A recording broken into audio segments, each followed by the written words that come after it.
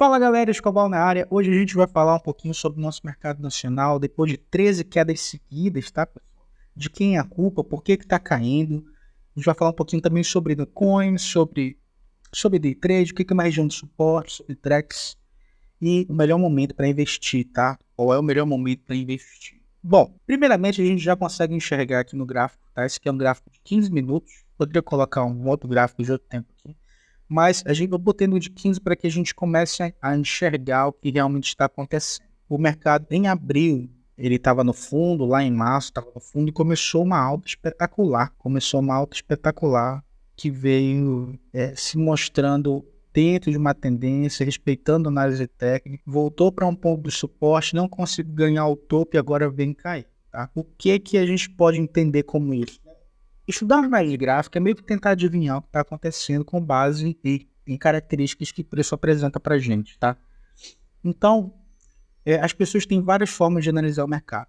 Uma delas é da forma fundamentalista, onde você analisa o que está acontecendo com as notícias, que informações o mercado vai absorver, quais são os pontos relevantes do mercado, se o dólar está subindo, se o petróleo está subindo, o balanço das empresas. Então, no cenário fundamentalista, você teria muitos dados para estudar e entender exatamente o que está acontecendo. Não é o que eu faço, tá? Eu não trabalho de forma fundamentalista, eu não tenho esse know-how para falar sobre isso. Então, a minha análise ela é baseada no preço, tá? Então, quem não analisa de forma fundamentalista tem que analisar de forma gráfica, analisar como o preço compor. E para quem é hold, não interessa muito se o preço está subindo ou descendo. Na medida da estratégia dele, ele vai comprando, melhorando o preço médio dele e apresentando grandes oportunidades. Ele está numa reserva de investimento, ele faz uma grande aposta, tá? Então, o mercado ele está em tendência de alta, uma clara tendência de alta, e de repente ele começou a cair o tempo todo. Então, o que está acontecendo? De forma gráfica, a gente pode dizer que isso aqui poderia ser um pullback. Tá? Esse perna de tendência viraria um pullback para continuar andando para cima. Isso aqui é uma aposta, tá? Não estou dizendo que o mercado vai fazer isso exatamente, que a tendência é essa, mas de forma gráfica é isso que o mercado estaria fazendo, que ele já rompeu um topo e agora estaria vindo para testar o fundo. Mas o que realmente está fazendo? O que está acontecendo com o mundo que o mercado vem caindo? Né? Então a gente tem alguns cenários. Tá? O primeiro cenário é a questão dos grandes investidores chineses. Né? A construção civil na China ela sempre foi muito forte nos últimos anos e isso deu um pump na economia chinesa, ela se tornou a segunda maior economia do mundo. E o chinês ele não tem muita oportunidade, nem tem onde colocar muito o seu patrimônio, não tem muito onde investir. Lá ou você investe no mercado imobiliário ou não investe em nada, ou só nos títulos. Então, grandes empresas na China fizeram fortuna, bilionárias, trilionárias nessa área de imóveis. E surgiu a famosa bolha imobiliária chinesa. Tá? Então, algumas empresas lá não estão conseguindo honrar as taxas que eles estavam dizendo que ia acontecer. E o Brasil, como tem muitas relações com o Brasil, a China, como tem muitas relações econômicas com o Brasil, acaba vindo puxando também o mercado nacional para baixo. Tá? Mas não só o mercado nacional, os mercados ao redor do mundo todo estão sofrendo com esses boatos. Né? Graficamente, a gente estaria dizendo que está apenas acontecendo um pullback. A gente tem que lembrar que o mercado, como um todo, ele é uma máquina de liquidez. Então, se você compra em algum lugar, a qualquer preço, se você não tiver muita paciência para enxergar o preço andar a seu favor ou contra, você acaba saindo no prejuízo. Então, todos os cenários de crise, todos os cenários políticos, todos os cenários onde existe uma característica de perda, uma vontade de você sair da posição, provavelmente é um cenário de fundo, tá? Então, para quem gosta de comprar à vista, é bem provável que aí comece a aparecer características de retorno das médias, que o preço comece a voltar, tá? Ou botar aqui um Fibonaccizinho para a gente conseguir enxergar que aqui é a metade do caminho do preço. Então o preço subiu bastante e aqui ele estaria retornando para a região onde a gente chamaria de região de suporte. Tá? Por que eu gosto muito mais da análise gráfica do que da fundamentalista? Porque ela é mais simples. Tá? E se você for comprar na medida do tempo, se você for um holder, comprar dentro do preço sempre, você vai encontrar várias oportunidades com base na análise técnica. Né? Basta que você observe que o preço está chegando em determinada região e comece a comprar ali à vista. Né? Eu vou comprar à vista, não comprando alavancado, não teria problema nenhum em segurar o preço e esperar o movimento de alta. Até porque o investimento em renda variável é sempre uma aposta no futuro. Tá? E quem aposta no futuro, no longo prazo, costuma se dar bem. tá? Não é, claro, uma regra. Não é uma regra 100%. Sempre vão ter ativos, empresas que vão quebrar ou ter momentos onde você não vai ter condições de segurar a sua posição. Então vamos lá. O mercado, na minha opinião, está chegando numa região de suporte. Eu não acredito numa queda muito mais forte do que isso. Eu acredito que o ponto é ali. Talvez apareçam dias mais positivos. E esses dias positivos podem levar o preço. Se chegar aqui nessa região, ele pode voltar para cá. E se for tentar perder essa região, ele não perde de primeira. Então, para quem gosta de fazer trade, day trade ou swing trade, essa é uma região onde provavelmente o preço vai conflitar e a gente vai encontrar boas oportunidades. Por quê? O mercado está muito descontado, o preço das empresas caiu bastante. E para quem é investidor ou trabalha na área de investimento, sabe que quando o preço está muito descontado, ele costuma dar um repique mais forte, tá? Esse repique, é claro, vai depender muito da vontade dos grandes tubarões, tá? Então, isso leva a crer que o mercado precisa de uma correção. Ele já vem caindo bastante. Mesmo que ele vá cair, ele precisa de uma correção, pelo menos até os 120 mil, 119.800. É mais ou menos aquela região que ele tem que ir. E para quem gosta de especular e ver a gente fazendo um resultado de 100, 200, 300 reais, acaba se perguntando assim, será que vale a pena fazer isso? Será que vale a pena viver de day trade? Será que consegue fazer isso? Bom, o que eu tenho a falar para vocês? Essa variação do preço, ela permite com que a gente ganhe na diferença, né? O preço caiu bastante, a gente compra e sobe um pouco, a gente vende. Essa variação a gente chama de volatilidade. Se você pensar que você precisa comprar embaixo e vender em cima, você está fazendo uma aposta. Lembra que eu falei? A gente está fazendo uma aposta no futuro. Então, se você está comprando na mínima e vendendo na máxima, você está levando em consideração que você está tendo um nível de acerto, porque você tem que ganhar um número X e perder um número menor que X para poder sair positivo. Então, para quem quer viver de day trade, para quem acha que day trade sendo trade é possível ver, cara, eu acho que é muito difícil você acertar muitas vezes e você vai ter que criar uma relação de ganho positiva em relação à sua perda. Então, viver de day trade é viver muito em cima da navalha. Não acho que seja interessante. Não enxerga o day trade, não enxerga o swing trade como um extra que você está fazendo, né? Então aqui você pode fazer suas apostas, você pode observar, como a gente está observando aqui, ó, para mim uma região de suporte, uma região interessante onde pode aparecer compras, e a gente pode observar que mesmo numa tendência clara de baixa, nas regiões de suporte, o mercado ele dá uma suspirada. Então essas suspiradas é que dão os bons resultados para a gente. Foi exatamente isso que aconteceu e foi exatamente o que eu fiz. Eu fiz esse resultado aqui, R$135,08, comprando. O mercado vinha caindo, eu não acreditei nessa queda aqui, comprei por aqui e peguei aí 250 pontos aqui em 3 contratos. O resultado eu boto todo dia no meu Instagram. Para quem quer ver o resultado, ver como eu opero, eu boto no meu Instagram, é só você olhar lá. Todo dia tem vídeo. Às vezes eu não opero, não coloco o vídeo, mas eu mostro o resultado por aqui pelo YouTube, tá? Então, day trade é isso, é você tentar ganhar dentro da diferença. Agora, se você quiser ganhar todas as vezes, isso não vai ser possível, tá? Trabalhar no mercado financeiro é trabalhar com renda variável. Então,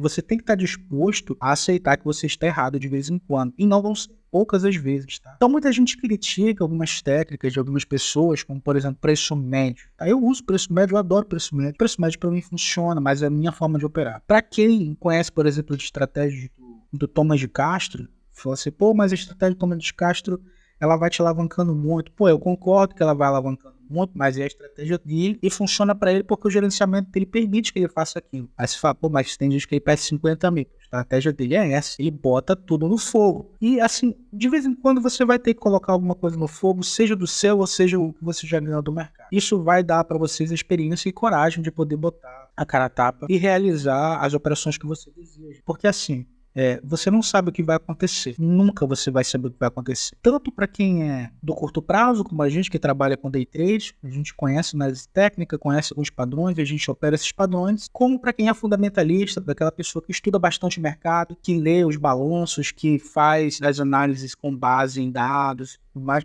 para ele também não existe 100% de acessibilidade, tá? Eles vão acertar na média de 50% e acertar 50% é mais que o suficiente, porque existe uma coisa chamada evento de causa, tá? Quando você errar, você tem que ter exatamente o quanto você vai errar. Você não pode errar mais que aquilo, você não pode deixar que o erro seja maior que isso. Você pode mensurar sua perda, mas o seu ganho, você tem que acreditar que ele vai chegar pelo menos em determinado ponto.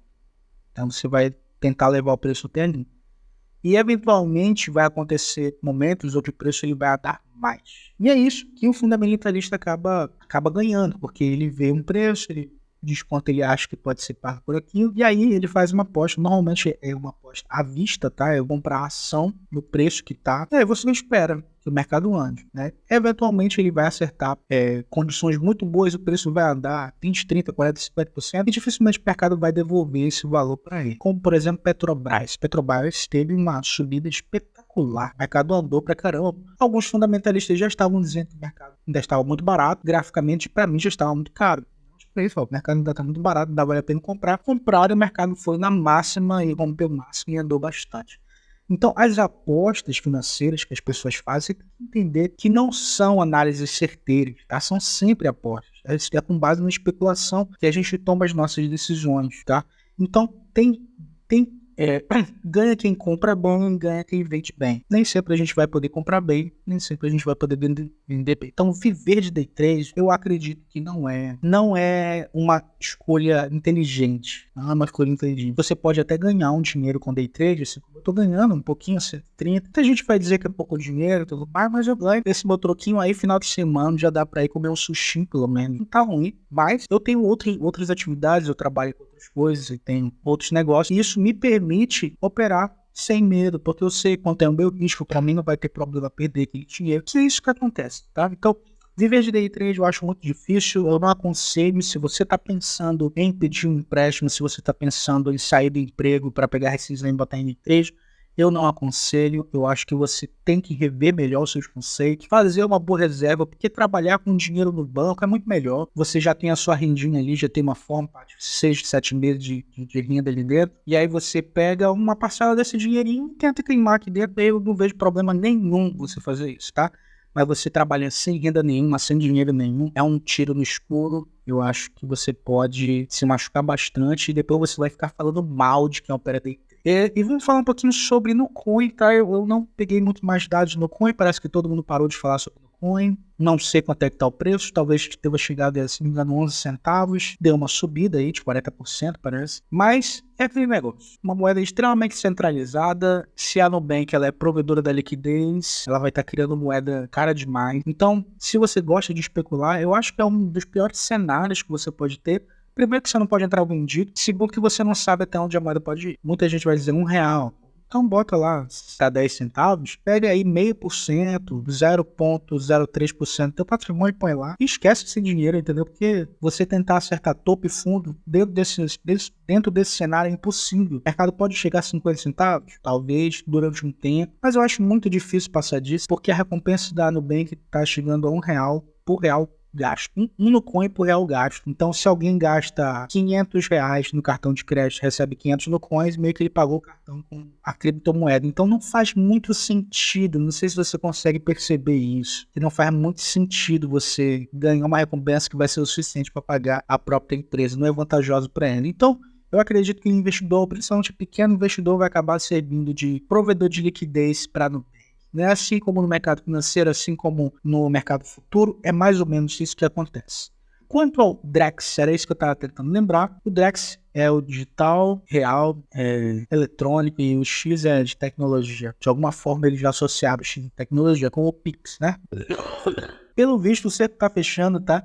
Quem gosta de trabalhar com dinheiro aí, passar de uma conta para outra, o dinheiro vai conseguir ser rastreado. Eu não vejo isso com bons olhos, no sentido de que você pode ter o teu patrimônio todo congelado a qualquer momento, em qualquer lugar, se você receber dinheiro de alguma forma ilícita de outra pessoa. Às vezes você nem está envolvido com a questão do crime, mas a outra pessoa estava envolvida e tentou lavar dentro da tua conta ou transferiu de alguma forma, e aquele preço pode ser congelado.